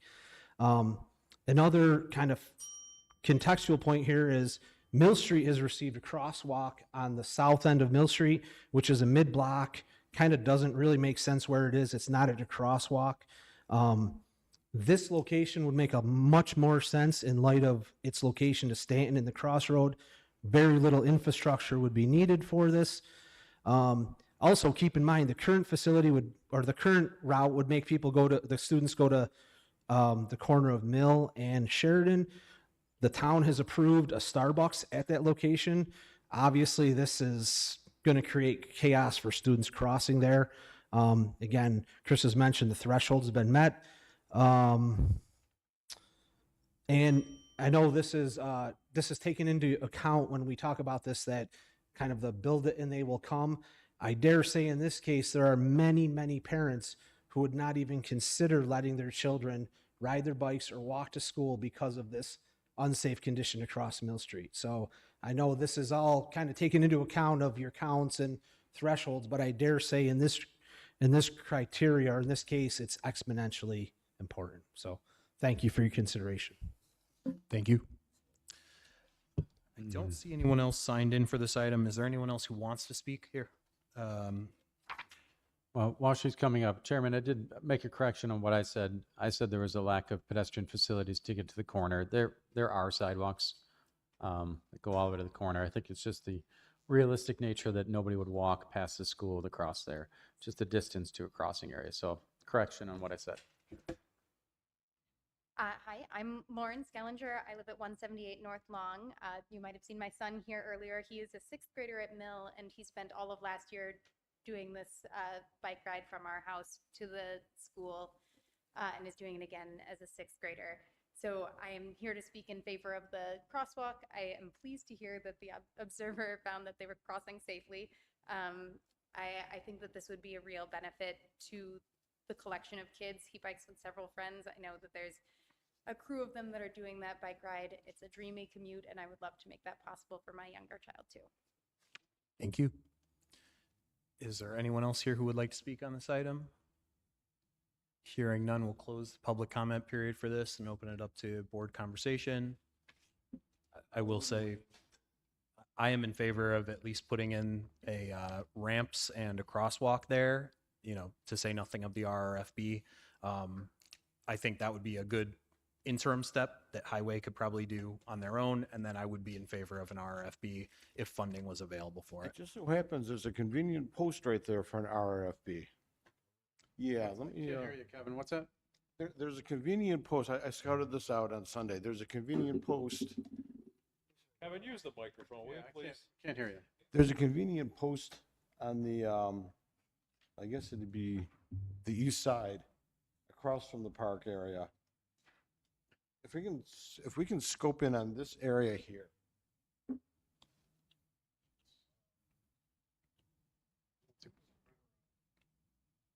What's a convenient post? What?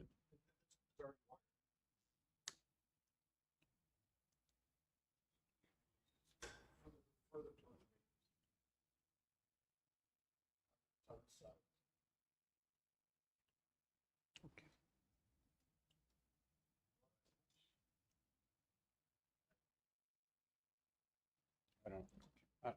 I mean, if it's a utility pole, we can't put it on a utility pole. Yes.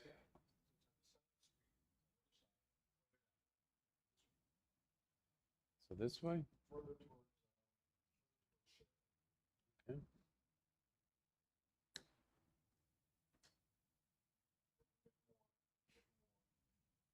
Oh, no.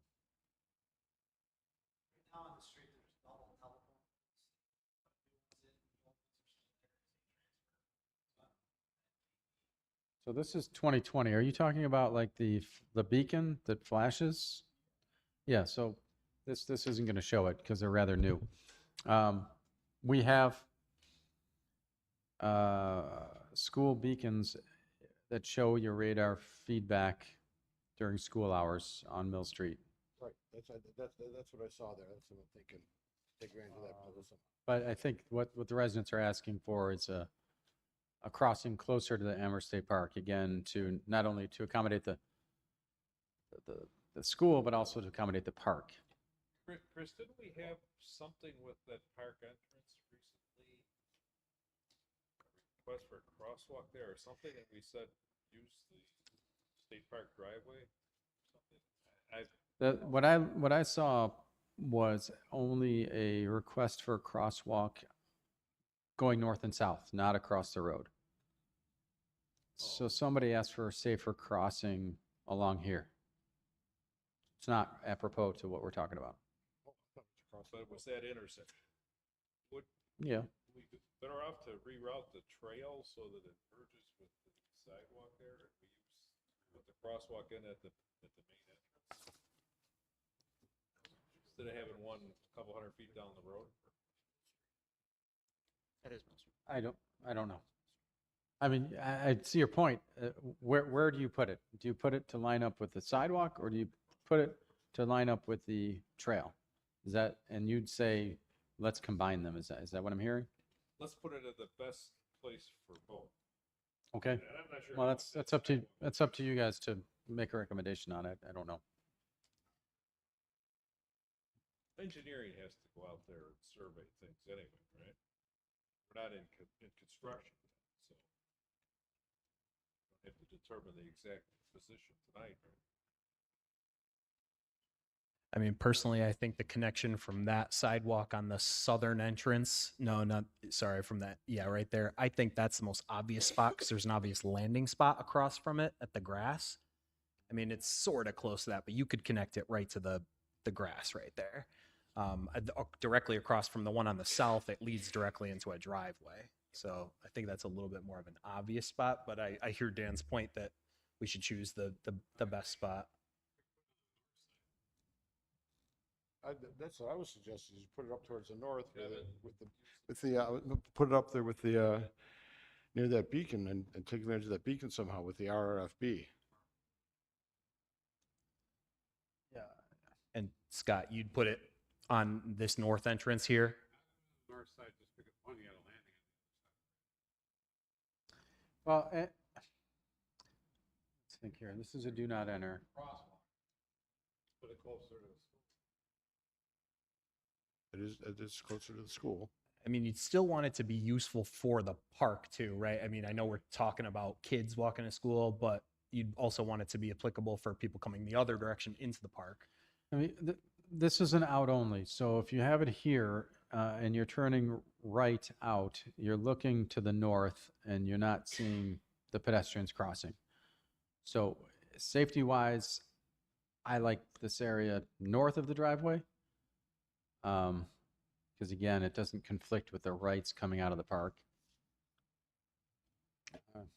And I think you do have to keep in mind, you know, if it ever changes over to an RRFB situation, where do you put the poles? You know, like here, you can't, you know, you don't have the real estate, nor here.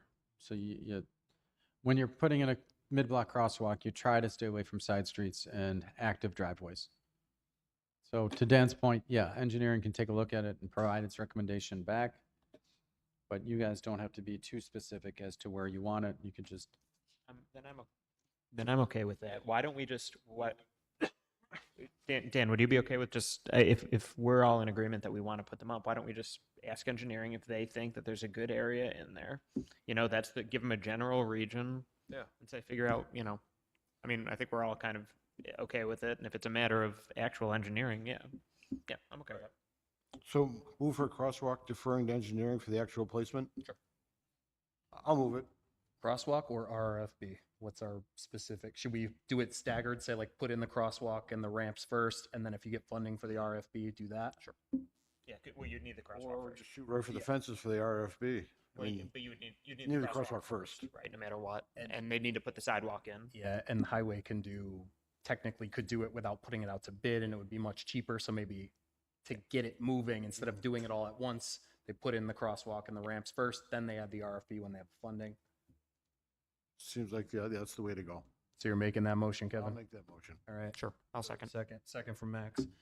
Any other conversation? All in favor? Aye. Any opposed?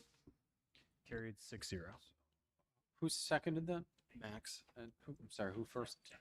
Okay, thank you. All right, so Craig, so we made the recommendation to install it kind of as a tiered where we'd have recommend the highway department to at least put in at the minimum the crosswalk and the ramps and the RRFB, which is the rapid flashing beacon that we had talked about if, when funding is available. And we're going to defer to engineering is going to give us a recommendation on where they believe the best possible spot is based on the, sight lines and all that stuff. All right. Thank you for coming. Thanks for bringing it to our attention. And Laura, thank you for coming as well. Good solution. All right. We'll close item number 1. And we do have Josh. I see you're signed in. Are you just observing, or do you have a specific item you're here for? Oh, Windermere. Okay. All right. And that one is next. I'm going to mark you down as that item. So number 5, Windermere Boulevard School speeding concerns. We'll turn it over to Chris first for some background. So Josh in the audience has provided a correspondence specific to safety around the Windermere School. Let me see here. Windermere does have proper school signage all around it. There are, I'm coming, I'm trying to talk at the same time. There are school zones on all sides that the school has property to. So you don't see it on Springville, but on Windermere, Cambridge, and Oxford, there are school zones that bring it down to 20 miles per hour. We did a count on all sides other than Springville, Oxford, Windermere, and Cambridge at the request of the resident, and you do not have this information because it came in this week and not in your package, but I'm happy to go through it. So for the sake of speed, I've made this overall map showing the 85th percentile speed in all the locations identified. So Oxford has, going in the westbound, 28, in the eastbound, 33, Windermere 29 in the southbound, 30 in the northbound, and Cambridge is 20 and 16. This has a lot of turns to it. We suspect that Princeton activity and the school probably brought this down lower than just the through speeds. But I think this is more of a reflective illustration of what the speeds are adjacent to Windermere and Oxford. Cambridge, again, is low, probably because of those driveways. Let's just pop open maybe Oxford. And let's take the highest one, which is eastbound. Total volume on that roadway is close to 1,000 vehicles, and it peaks during the 7 and 8, and also the 3 o'clock hour. And not a ton of speeding over 40 miles per hour. You do have them going over the posted school zone of 20. But in terms of the 30 miles per hour, you don't have that many going over 40. With that, I will turn it over to the board. Thank you, Chris. So, Josh, you have on here that you don't want to speak. Is that correct, or have you changed your mind? Yeah.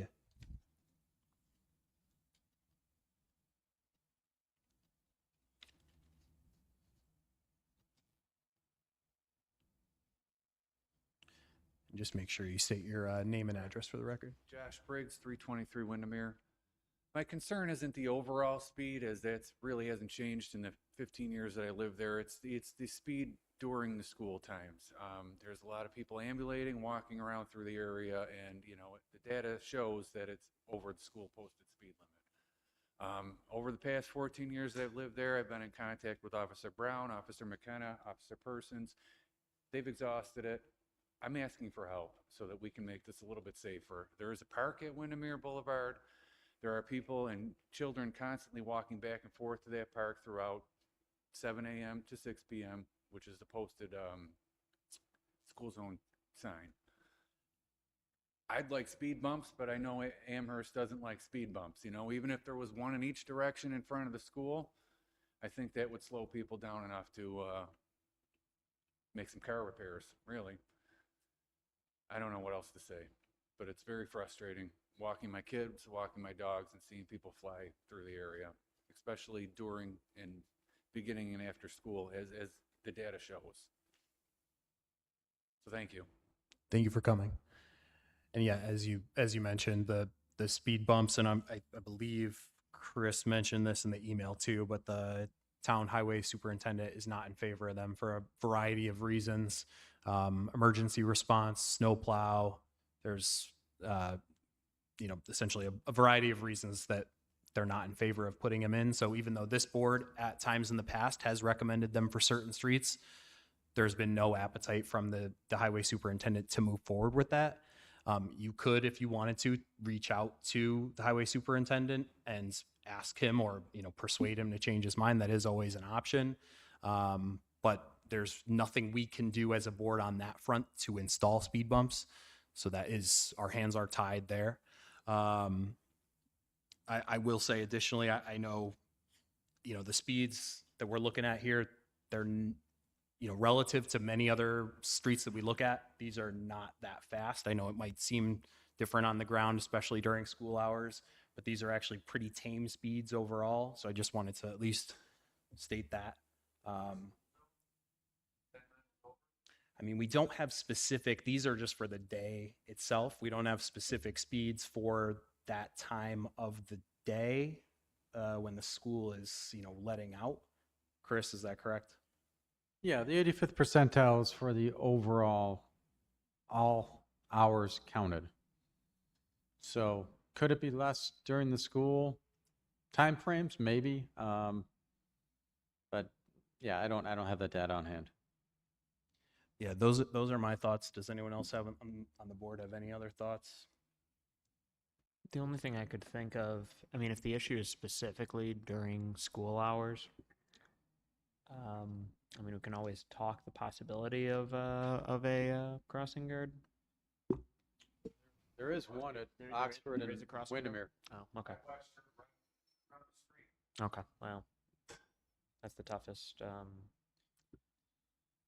One other thing about the speed bumps, speed humps, speed tables. I know there's been other neighbors from Windermere area come before the board and ask about having exactly that.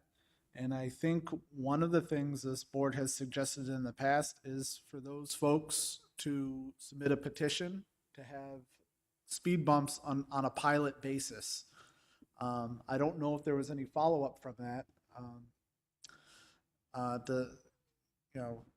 Does anyone else recall, the pilot program we discussed last time we were looking at the Windermere speed bumps? Yeah, I don't think speed bumps, even in a pilot scenario, Al can talk about this, is on the table. You have anything to weigh in on that, Al?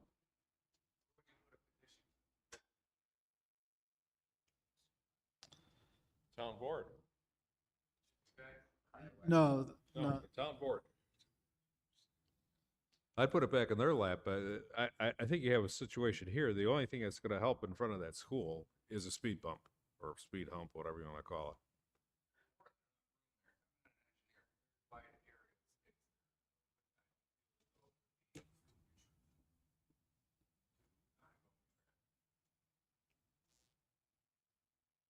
Well,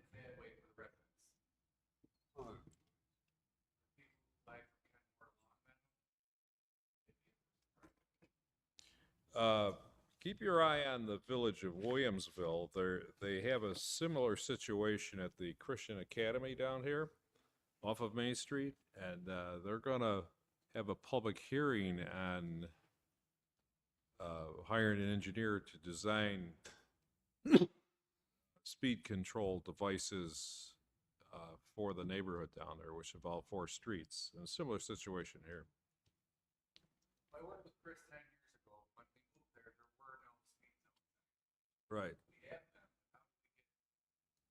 How do we get by it? People don't follow signs. I mean, I guess we could ask if Captain Persons, is there any possibility that there could be any? So we've been out there 18 times since June. Our investigators have observed the area. They've written 16 tickets for moving violations, most of which were stop sign violations. There's, I think, only 2 speed violations that they've observed over here. 5 warnings for moving violations and 4 equipment violation warnings.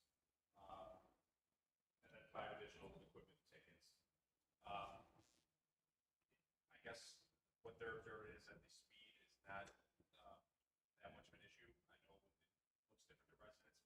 Maybe they've seen marked police cars and not speeding, even when it's been an unmarked car.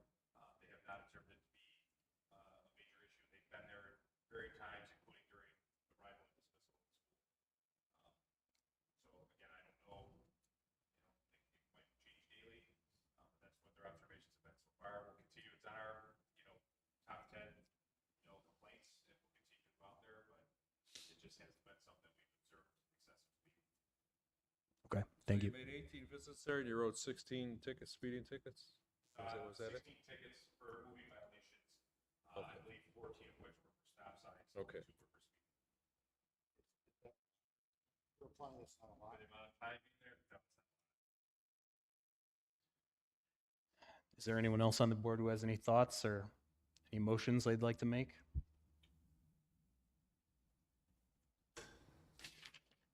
Sounds like no. So at this point, we've talked to the police department. We've talked about the speed bumps, how they're essentially, I think at this point, your best bet would be to reach out to the superintendent Floss of the highway department and make your case about, a potential pilot program and convincing him and his department to possibly put in speed bumps there. It would be a difficult reach, but I mean, at this point, this board can't really do anything else in that regard, unfortunately. But thank you for coming. Treading water. Oh, yeah. So I'll make a recommendation to receive and file. Any opposition? Is there any other new business that anyone has? Hearing none, we'll move on to old business, starting with item A, Sundridge, Cascade, Florence, speed and volume results. Chris? Sure, the board asked that this be held until school is in session so the counts could be done for an always stop. Counters were placed on all legs of the intersection. We look at approaching volume entering the intersection, looking at the data, comparing it to the warrants that are outlined in the MUTCD. They're well shy of the minimum criteria for 300 per hour on the major and 200 on the minor. Major being Sundridge, minor being Cascade and Florence.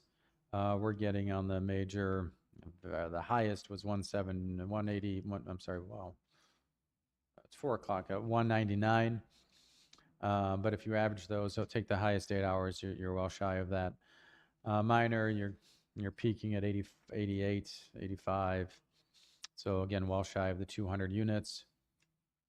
There was only 1 crash recorded that would have been correctable by an always stop. And that is the data. I turn it back over to you. Thank you.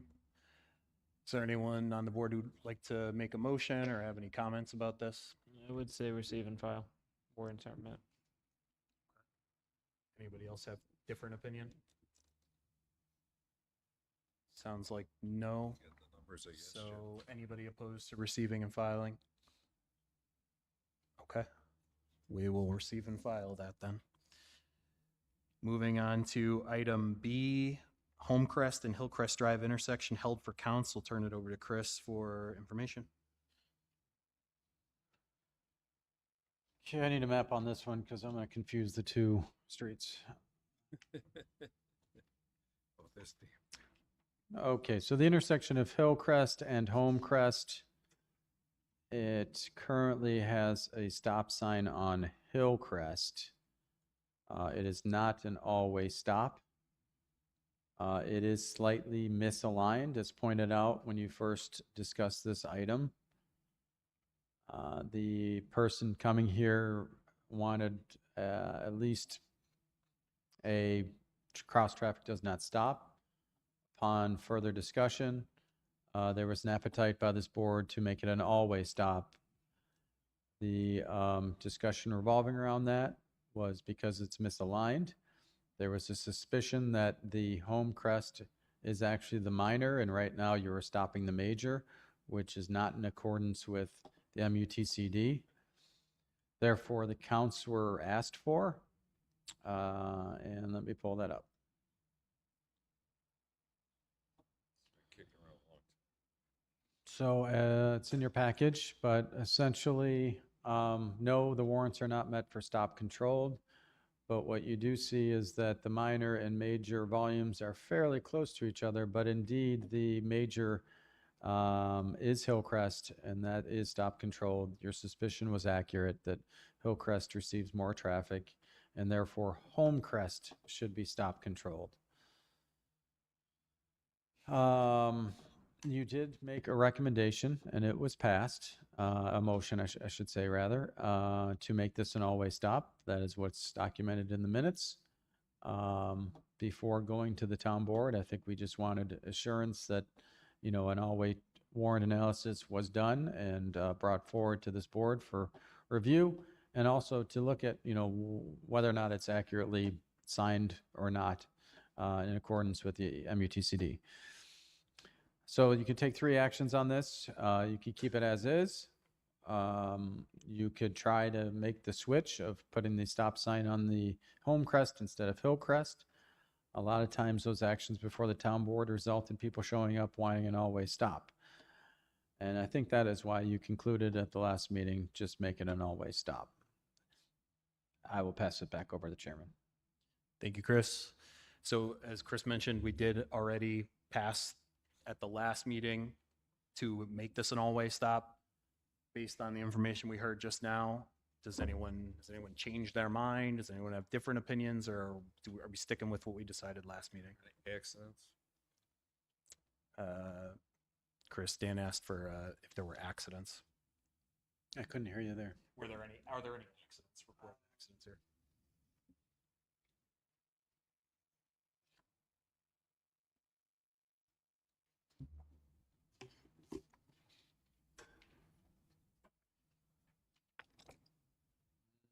I'd have to, let me look at when we've last reviewed it. Remember when that was? I think last meeting. Was it last meeting? Oh, August.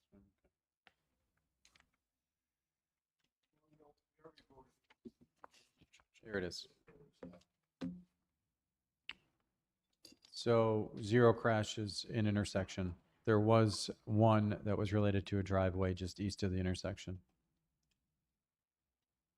Last 5 years. Normally you look at 3 years.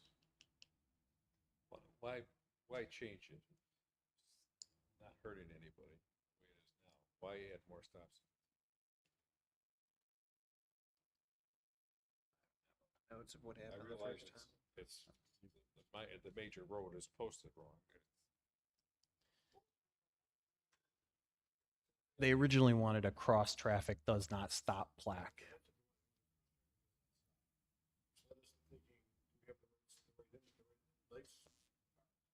I actually feel like it was Eric wanted this. Yeah, I think the logic behind it was we wouldn't change it. We wouldn't stop control the east-west route just because of the pushback of changing it. Plus, I also think that would make it probably more unsafe to just change it randomly, plus the misalignment of the roads. I believe that was our logic, just offhand, my memory of it. Person who lived there stated that, there's a lot of near misses or near hits, rather. One of the problems you see.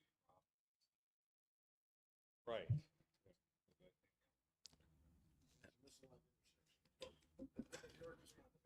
Stop.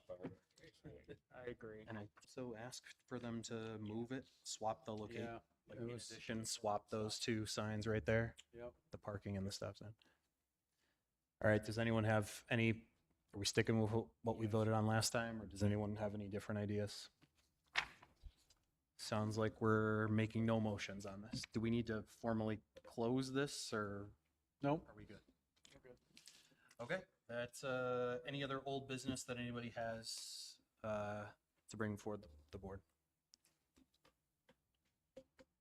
Hearing none, we'll close old business. Thank you to our liaisons for attending tonight. Thank you for your information and contributions.